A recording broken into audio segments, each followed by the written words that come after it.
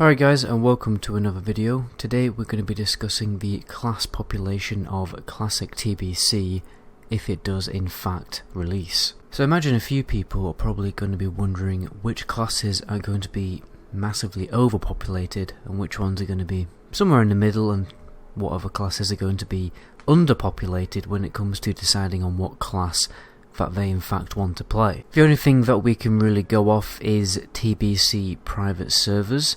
And honestly, a lot of the time the TBC servers don't release official statistics on what their class population is, so what people have to do is use the Census add-on. So I've played on about 5 Burning Crusade servers over the many years of me playing World of Warcraft, so even myself I just have a rough idea of, from playing multiple servers, what the kind of population is going to be when it comes to the class balance. But nonetheless, we can look at this census here, and what you will find is the class population will actually change depending on what faction you play.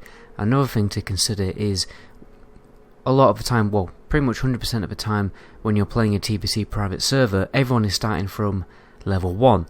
So people have the option, well, people are basically just forced to start from fresh. Whereas when Classic progresses into TBC, if we're going to be able to keep our characters, a lot of people will be more reluctant to re-roll, and some people have probably invested a massive amount of time into their character, for instance a warrior or a rogue getting Thunder Fury or something like that, and they probably will utmost refuse to re-roll because they've invested so much time into their character and want to continue playing that character through to TBC. So that will mean that these, it will probably be a little bit different to the divide that we see in the census, but nonetheless I think it will be more or less very similar. The general feeling that I get from the community, which I mainly get from the comments section, is that a lot of people will definitely be re-rolling. So here we have a census for level 70 characters on the Atlantis Karazhan server, taken from a total of 4,423 players at level 70. So as you can see, the dominant classes are Druid, Hunter, Paladin, Shaman and Warrior. Those are probably going to be the most populated classes, although Warrior will be very likely the lower end of that. So you're probably thinking, why is Druid so high populated? The only reason why it's there's so many people playing Druid is because there's so many different specs for a Druid to play. So that's the only reason why it appears that a Druid is a very overpopulated class, but technically it isn't, because you're not going to bump into many Moonkins or Feral Druids, tank or DPS. There's like a divide in that class, so it's not technically, it isn't an overpopulated class. That's what I'm trying to say. Next we have Hunter. So Hunter is going to be one of the most populated class. 9 times out of 10 it's definitely going to be the most powered overpopulated class on any TBC server, more than Warlock and more than Shaman or anything like that. This is simply about the fact that Hunters are so ridiculously strong in TBC when it comes to DPS, and we also have access to the Legendary later on in Tier 6, so they are just an extremely strong class in TBC and many people play them.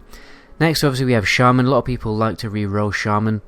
You'll probably notice more Shamans on the Horde side because less people will be bothered to re-roll from level 1 back up to level 70.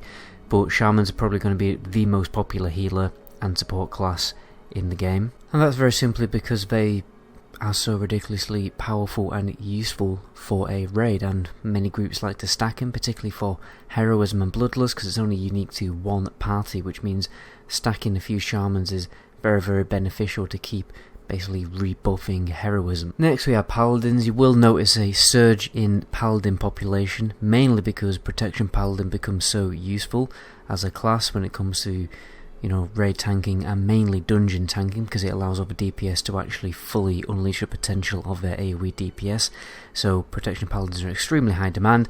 Holy Paladins are always very, very useful. The rarest of the lot is obviously going to be a Rep Paladin, but you will still see quite a few people playing a Rep Paladin, so Paladin becomes a very popular class in TBC. Then obviously we have Warrior. The main reason why Warrior is so high on this list is because in the early tiers it's probably, a Warrior is the strongest tank available for any raid group.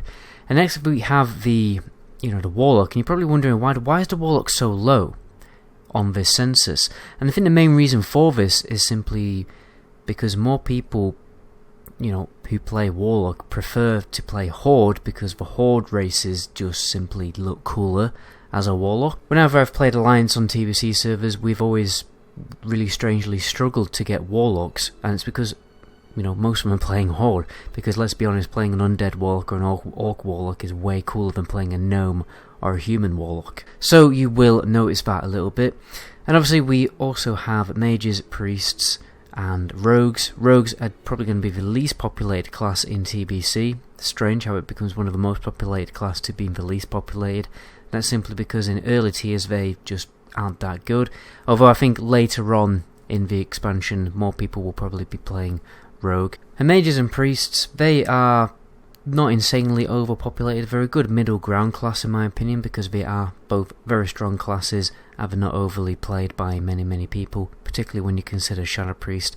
Shadow Priest would be very underpopulated and in very high demand because again they're such a strong support class. That's probably one of my top recommendations for a spec to play in TBC. It would definitely be Shadow Priest. So let's take a look at the Horde Census here, and things are a little bit different. So the major differences here is the Druid population is a little bit less, Hunter and Warlock population massively increased on the Horde side, Warrior less, Rogue about the same, Priest and Mage about the same, and Paladins and Shamans round about the same. So what we're seeing is basically more people playing Hunters and Warlocks, a little less people playing Druids on the Horde side. And again, this is obviously just mainly down to people preferring certain races over others. A lot of people like to play Orc, Tauren and Troll Hunters. They're very popular, you know, combination. But when it comes to the Alliance, a lot of people don't like playing Dwarves and Night Elves, so that's why we're probably going to see more Hunters playing on the Horde side. But nonetheless, Hunters, Warlocks are going to be massively overpopulated, but probably a little bit less populated on the Alliance when it comes to Warlocks. And then you got Paladins, Shamans. They're going to be probably the most popular healer and support class. Mages and Priests are going to be a good middle ground, and Druids. But then Rogues, Warriors are going to be massively underpopulated. But anyway guys, hopefully this will give you a little bit of a better idea of a class population when it comes to TBC servers. Anyway, my name is Medigoblin. To my next video, ciao.